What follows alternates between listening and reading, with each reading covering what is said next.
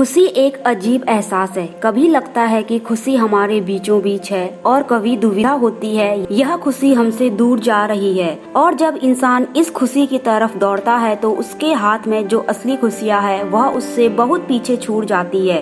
और जब यह बात पति पत्नी के बीच में किसी तीसरे की हो तो इसका बुरा अंत होना निश्चित है। आज मैं आपको ऐसी ही एक घटना के बारे में बताने जा रही हूँ जो आज से पूरे 9 साल पहले घटी थी। यह घटना उत्तर प्रदेश के एक बड़े शहर और किसी जमाने में इंडिया के मैनचेस्टर के नाम से मशहूर कानपुर की है। घटना एक अरबपति कारोबारी की बहू के कत्ल की है, जिसकी बिखरी हुई कड़ियों को जब पुलिस ने सभी हिस्सों में समेटकर सुलझाया तो खुद पुलिस वाले भी हैरान हो गए। 27 जुलाई 2014 को कानपुर शहर के एक नामी और बड़े बिस्किट कारोबारी ओम प्रकाश दर्शानी के छोटे बेटे पीयूष दर्शानी ने पुलिस को फोन किया। पीयूष दर्शानी ने जो बताया उसके मुताबिक रविवार की सुबह उसकी पत्नी ज्योति ने उससे आउटिंग करने की फरमाइश रखी थी और उसी सिलसिले में दोनों पति पत्नी यानी पीयूष दस्तानी और ज्योति घर से निकलकर घूमते हुए कार्निवाल रेस्टोरेंट में लंच करने पहुँचे। लंच करने के बाद दोनों पति पत्नी होंडा कार से आगे निकल पड़ते हैं। तभी एक सुनसान सड़क पर 2 मोटरसाइकिल पर सवार बदमाश उन्हें घेर लेते हैं। कार के रुकते ही वह बदमाश पीयूष को कार से बाहर निकालकर उसकी पिटाई करनी शुरू करते हैं। साथ ही बदमाश बीवी पर भी हमला करते हैं और फिर 2 बदमाश उसकी कार छीनकर उसकी बीवी समेत कार को अगवा कर लेते हैं। उसके बाद बाकी बचे दोनों बदमाश पीयूष को वही बदहवास हालत में छोड़कर भाग निकलते हैं। इसके बाद पीयूष मदद के लिए लोगों को पुकारता है और फिर अपने पिता को फोन करके सारी घटना के बारे में बताता है। इसके बाद एक मोटरसाइकिल वाले की मदद से पास के पुलिस स्टेशन तक पहुंचकर वहां पुलिस वालों को अपना परिचय देकर पूरी वारदात के बारे में बताता है। पुलिस वाले उस वक्त बुरी तरह चौंक जाते हैं। शहर के नामी गिरामी कारोबारी की बहू को दिन दहाड़े सड़क के बीचों बीच से अगवा कर लिया गया है। पुलिस फौरन हरकत में आती है और पुलिस के तमाम आला अफसर भी चौकन्ने हो जाते हैं और पूरी घटना की तहकीकात में जुट जाते हैं। पुलिस में शिकायत दर्ज कराने के बाद पीयूष घर लौटता है। बहू के दिन दहाड़े अगवा होने की खबर से घर के साथ साथ आस पड़ोस में भी कोहराम सा छा जाता है और हर कोई सोच में पड़ जाता है। पीयूष और ज्योति की शादी को अभी 2 साल ही हुए थे। अगर बात करें तो पीयूष कानपुर के जाने माने कारोबारी का एक छोटा बेटा था तो ज्योति भी मध्य प्रदेश के जबलपुर के एक रईस खानदान से बिलोंग करती थी। लेकिन दिन दहाड़े कानपुर से अगवा होने की खबर मिलते ही जबलपुर में भी हंगामा मच जाता है। इधर पुलिस की तफ्तीश और तेज होने लगती है। पुलिस के अफसरों की एक टीम भी उसके घर पहुंच जाती है और पीयूष को लेकर उस जगह का मुआयना करती है जहां पर वारदात हुई थी। पीयूष पुलिस अफसरों को अपने साथ रेस्टोरेंट से लेकर उस जगह तक ले जाता है जहां उसे बदमाशों ने घेरा और उसकी पिटाई के बाद उसकी गाड़ी और बीवी को छीनकर अगवा हो गए। पुलिस अफसरों ने गाड़ी का रजिस्ट्रेशन नंबर लिया ताकि उसे कहीं पर भी पहचान कर कब्जे में ले जाया सके। नंबर नोट होने के कुछ ही देर बाद दोपहर 1 से 2 के बीच पुलिस इस गाड़ी की तलाश में लग जाती है और उन्हें कुछ देर बाद ही गाड़ी शहर के एक वीरान एरिया में मिलती है। गाड़ी मिलने की खबर मिलते ही पुलिस अफसरों की टीम उस जगह पर पहुंचती है जहां उन्हें गाड़ी होने की सूचना मिली थी। पुलिस की टीम ने गाड़ी के पास पहुंचकर जैसे ही गाड़ी का दरवाजा खोला तो भीतर का मंजर देख वहां मौजूद हर एक के मुंह से चीख निकल पड़ी। गाड़ी के भीतर खून ही खून बिखरा हुआ था और कार की सीट पर पीयूष की पत्नी ज्योति के खून से लथपथ लाश पड़ी हुई थी। कार के भीतर की हालत को देखते हुए पुलिस ने अंदाजा लगाया कि हत्या की वारदात को हुए ज्यादा देर नहीं हुई है क्योंकि खून अभी जमना शुरू नहीं हुआ था। कार में खून से लथपथ लाश को देखकर पुलिस वालों के भी हाथ पैर फूलने लगे क्योंकि अभी तक जो मामला अपहरण का था वह अब हत्या में बदल चुका था। कार में ज्योति की लाश मिलने की खबर जैसे ही पीयूष के घर पहुंची तो वहां मातम छा गया। ज्योति की लाश को अस्पताल पहुंचा दिया गया। घर वाले भी पोस्टमार्टम हाउस के पास पहुंच गए और अब हर किसी की जुबान पर एक ही सवाल था कि रविवार के दिन सुबह उन दोनों के घर से निकलने के भीतर सिर्फ 2 से ढाई घंटे में सब कुछ कैसे हो गया और यह सब किसने किया और क्यों किया। सवाल यही था कि अगर ज्योति का अपहरण फिरौती के लिए किया गया था तो फिर फिरौती की रकम मांगने के लिए कोई फोन क्यों नहीं आया। और उससे पहले ही उसका कत्ल क्यों कर दिया गया। पुलिस इन सवालों के जवाब तलाशने के लिए घर वालों से कुछ पूछताछ करना चाहती थी, लेकिन घर के हर एक व्यक्ति का रो रो कर बुरा हाल था। मगर पुलिस के लिए जरूरी था कि किसी भी सूरत में पुलिस कुछ अपने सवालों के जवाब हासिल कर सके। लिहाजा पुलिस ने घर के तमाम लोगों से जरूरी सवाल पूछने शुरू किए। इसी बीच ज्योति का पोस्टमार्टम होना था। जहाँ घर के तमाम लोग वहीं अस्पताल में जमा हो गए और तमाम पुलिस अफसर भी वहां इकट्ठा हो गए। इसी बीच एक पुलिस अफसर ने पोस्टमार्टम हाउस के बाहर खड़े पियूष को देखा तो उसे बड़ी हैरानी हुई, क्योंकि वह कुछ देर पहले घर पर भी पियूष से मिल चुका था और बयान दर्ज करते वक्त भी उसकी हालत को देख चुका था। पोस्टमार्टम हाउस के बाहर खड़े पियूष को देखकर थोड़ी हैरानी हुई, क्योंकि उस वक्त भी उसके कपड़े जो टी शर्ट पहनकर वह अपनी बीवी के साथ निकला था, पोस्टमार्टम हाउस के बाहर वही पियूष किसी और दूसरी कमीज में दिखाई दे रहा था। असल में पुलिस अफसर इस बात से हैरान था कि जिस व्यक्ति के साथ इतना बड़ा हादसा हो गया है, जिसकी बीवी को अगवा करके कत्ल तक कर दिया गया है, वह शख्स पोस्टमार्टम हाउस जाने के लिए आखिर कपड़े क्यों बदलेगा। बस यही बात कुछ पुलिस अफसर को खाई जा रही थी। इस खटकती हुई बात को उस पुलिस अफसर ने अपने ही एक सीनियर पुलिस अफसर को खामोशी के साथ बताया। अपने सहकर्मी की यह बात सुनकर वह पुलिस अफसर भी चौंका गया और गौर किया कि वाकई ऐसा है तो क्यों, और यह बात दूसरे पुलिस अफसर को बुरी तरह परेशान कर रही थी। उन्हें लगने लगा कि आखिर इस आलम में कपड़ों को बदलने की क्या जरूरत है।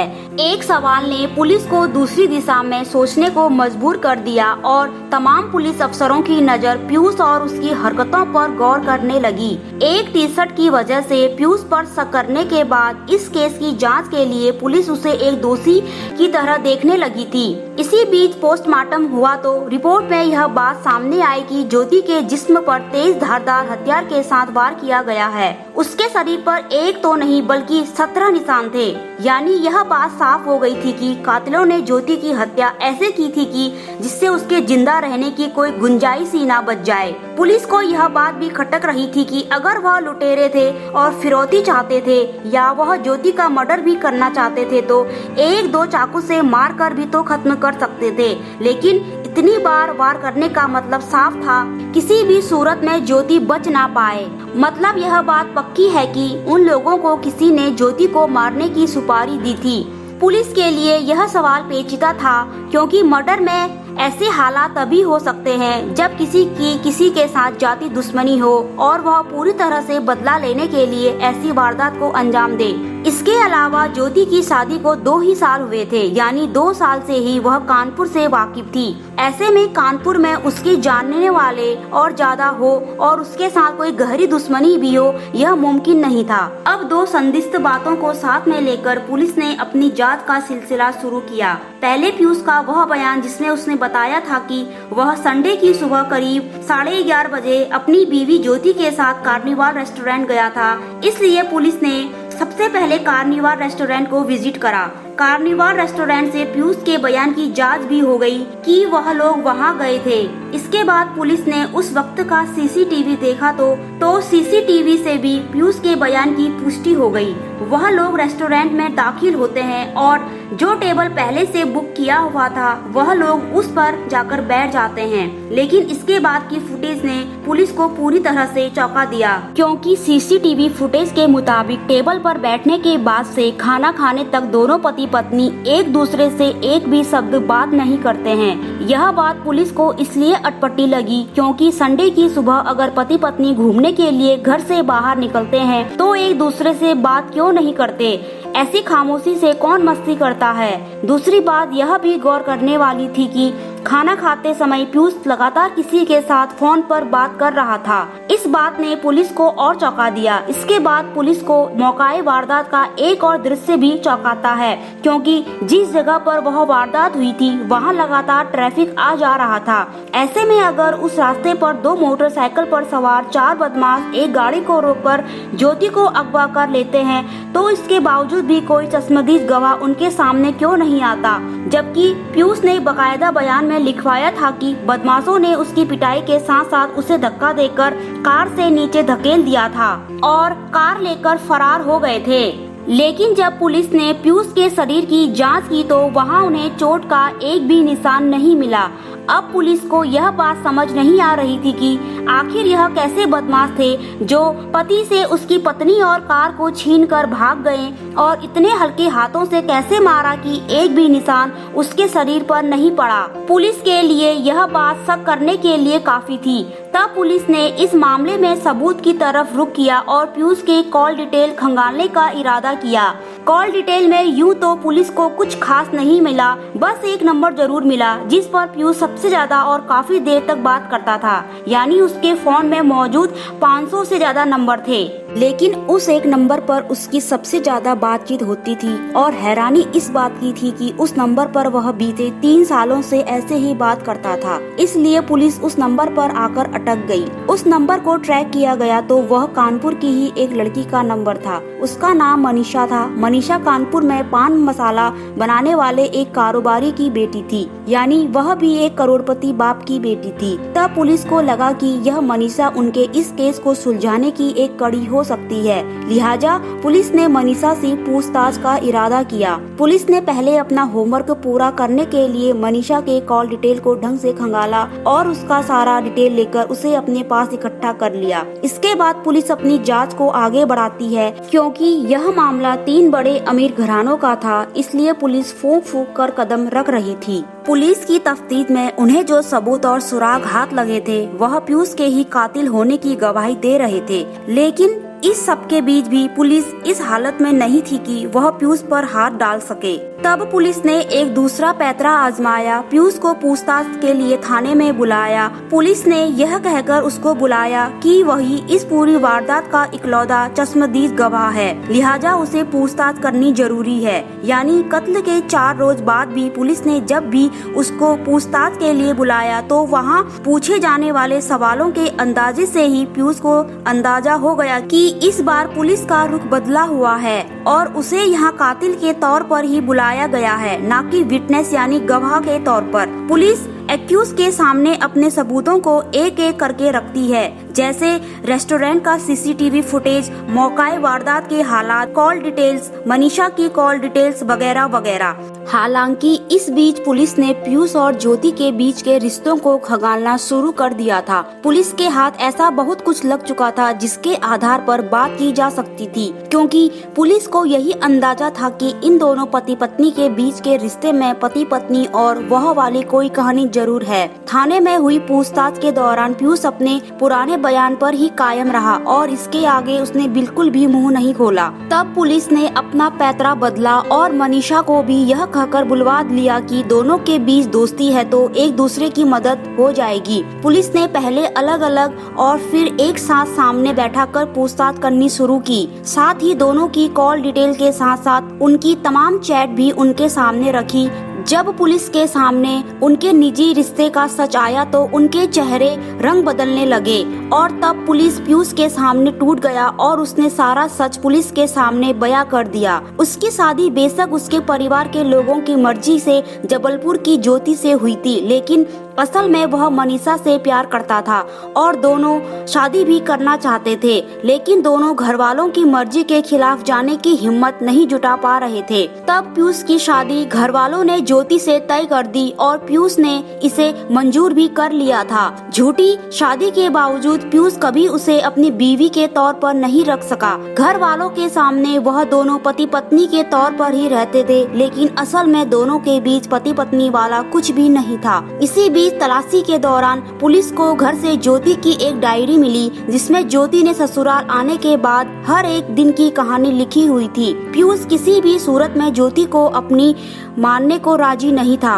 और मनीषा से दूर रहना उसे अब बिल्कुल भी गवारा नहीं था। ऐसे में पीयूष और मनीषा ने मिलकर ज्योति को रास्ते से हटाने का प्लान बनाया। पीयूष ने इस पूरे मामले को किडनैपिंग का रंग देने के लिए अपने ड्राइवर और नौकर को साजिश में लिया।